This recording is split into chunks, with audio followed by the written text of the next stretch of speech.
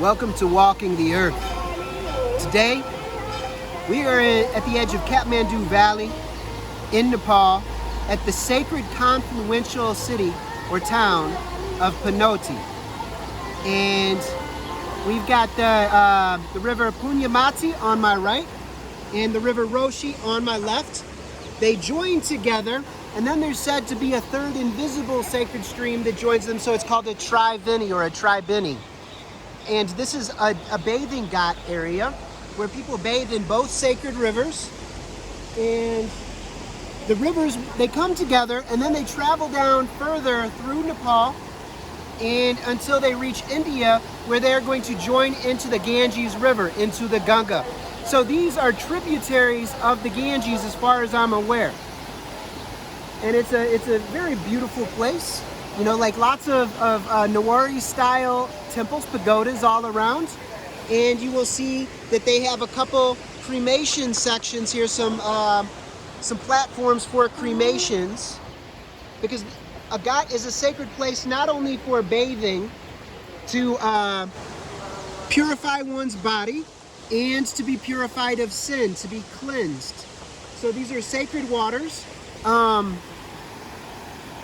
To many Hindu associated people and some Buddhists, as far as I'm aware, because a number of the people who live in this area, they have a syncretic form of religion where they incorporate aspects of Buddhism and Hinduism. It's quite a lovely place. And, you know, I see some fires down the river, so it might be that they also have some cremation ghats further down.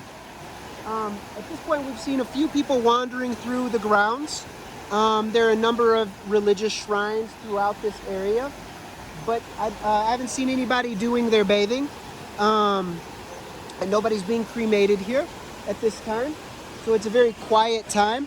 It could be because today is it's a holiday or a holy day, a sacred day, where at least some of the Hindu groups, the women wear red, and they have the day off work, and they pay respect and honor their husbands.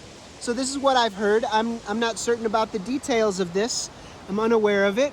But we've got a number of shrines and temples in the locality, and this is a very fascinating place. Like, confluences are very important around the world, and in a number of different religions associated with the Indo-Europeans, the Indo-Aryans.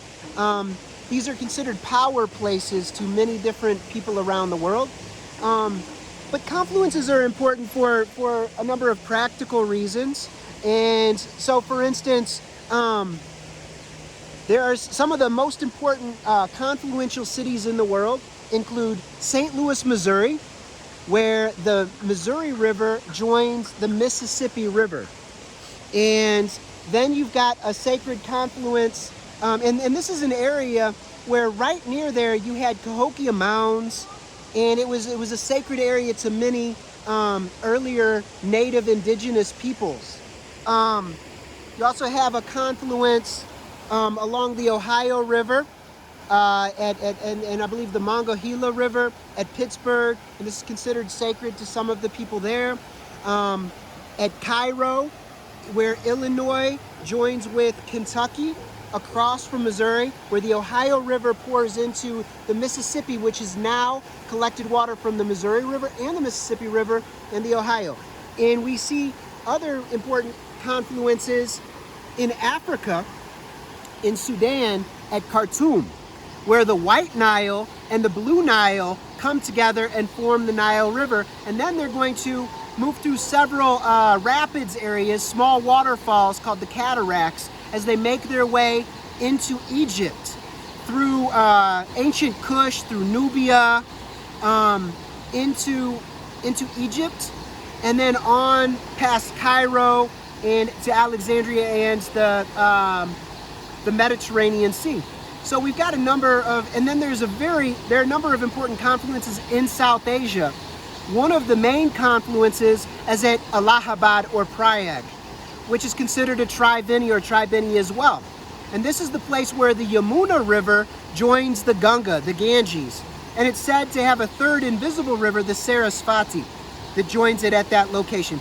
So this is a sacred confluence. There's also one at Chongqing.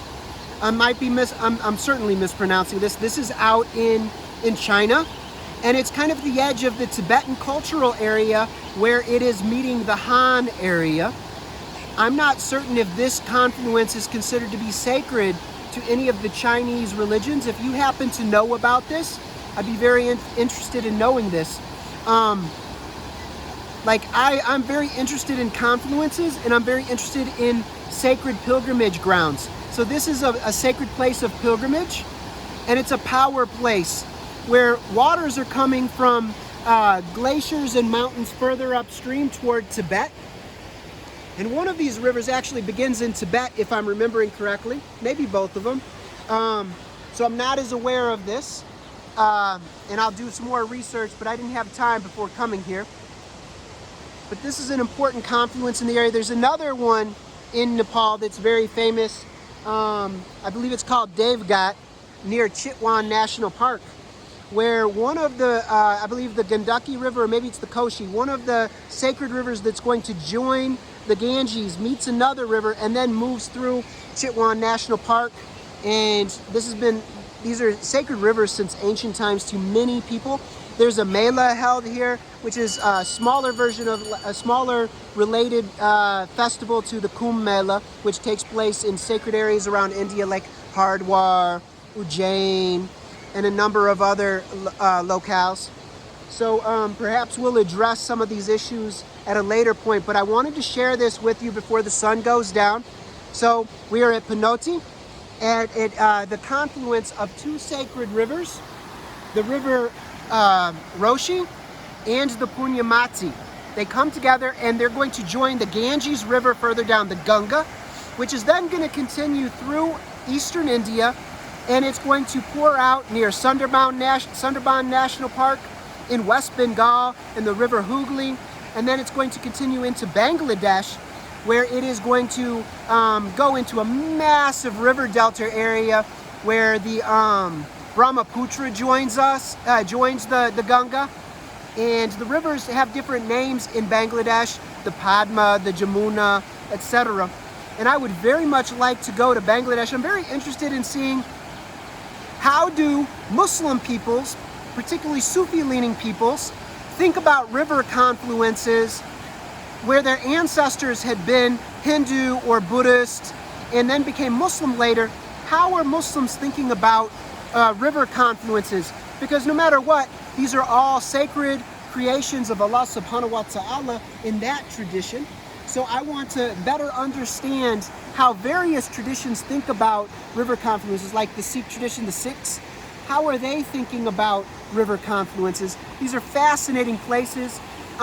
Two seas of fresh water are joining together, bringing minerals and silt and sacred soil from high up in the mountains down into the fertile river plains. So anyway, I'm going to go ahead and draw this to a close, but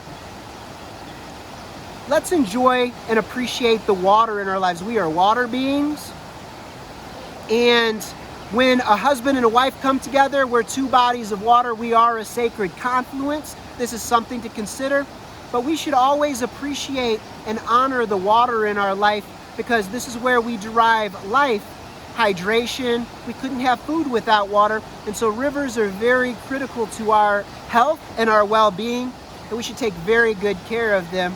So I'm going to go ahead and draw this to a close, reporting to you from a sacred confluence in the Kathmandu Valley of Nepal. Such a beautiful country. What a beautiful path. Be happy.